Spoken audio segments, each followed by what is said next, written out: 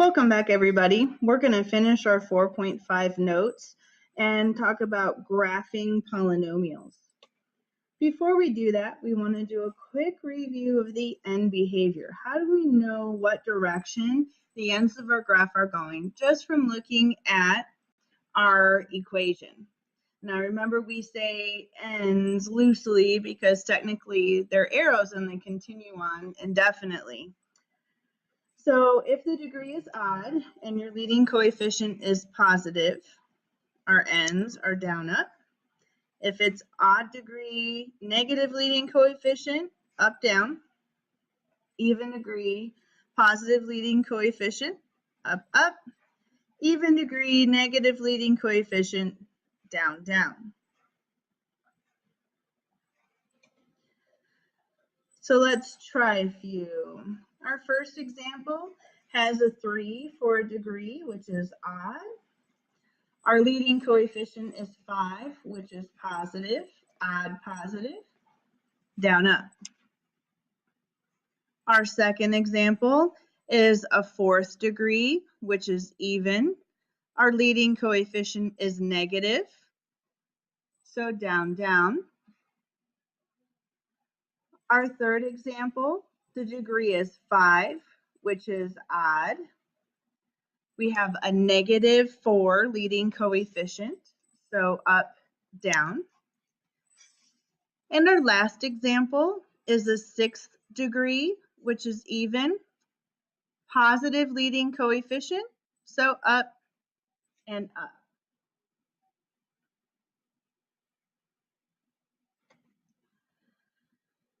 Back in the last two sets of notes, we talked about looking at our zeros and noting if it's a double root or not. And this is because if we have a single answer, we are going to go ahead and let our graph cross straight over our x-intercept. If we have a double answer, it'll touch the x-axis at that intercept and then turn back around in the same direction. So if I'm looking at this example, I'm going to go ahead and write my points down. These are all single roots. They only occur one time. So that means we will cross through positive or negative 1, cross through positive 1, and cross through 3. So our graph might look like this. Now we don't know the end behavior, so we don't know for sure, but that's what we're talking about when we're saying it crosses through the x-intercept. Now in one of our warm-ups that we've done, we had negative 1 and positive 1 occur twice. Each of those are called double roots. So again, without knowing exactly what our end behavior looks like, we're just drawing examples of, let's say we started up here on the left. We'd come touch the 1 right there on the axis and turn back around. And then touch the positive 1 on the axis and turn around. And so those are touches and turns.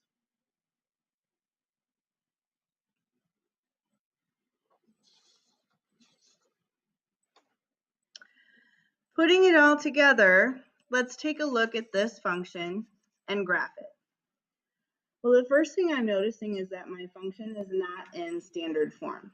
So rearranging this in standard form, we have negative 2x to the 4th plus 16x squared minus 32. We know that this is a 4th degree. Our leading coefficient is negative 2, which makes our end behavior even degree, negative leading coefficient is going down and down. We know from having a 4th degree also that we need 4 answers or 4 x-intercepts.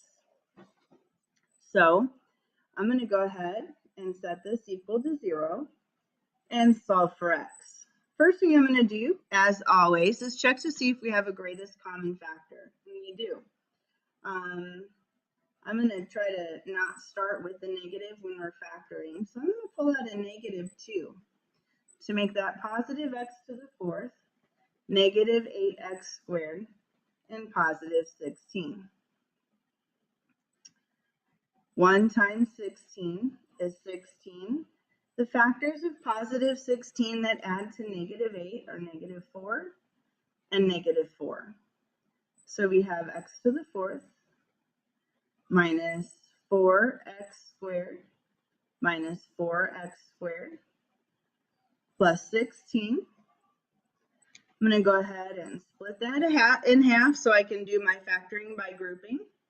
My common factor on the left is x squared, leaving us with x squared minus 4. The right side starts with a negative. My common factor is 4, leaving us with x squared minus 4. So we have x squared minus 4 and x squared minus 4 equals 0. Both of those are difference of squares, so we can factor them further to x plus 2, x minus 2, x plus 2, x minus 2 equals 0. So setting each of those equal to 0, we get negative 2, positive 2, negative 2, and positive 2. So I do have my 4 answers. Negative 2 is a double root, and positive 2 is a double root, which means they're both going to touch the intercept on the x-axis and then turn around in the direction that it came. Putting this all together then, making a general sketch of our graph.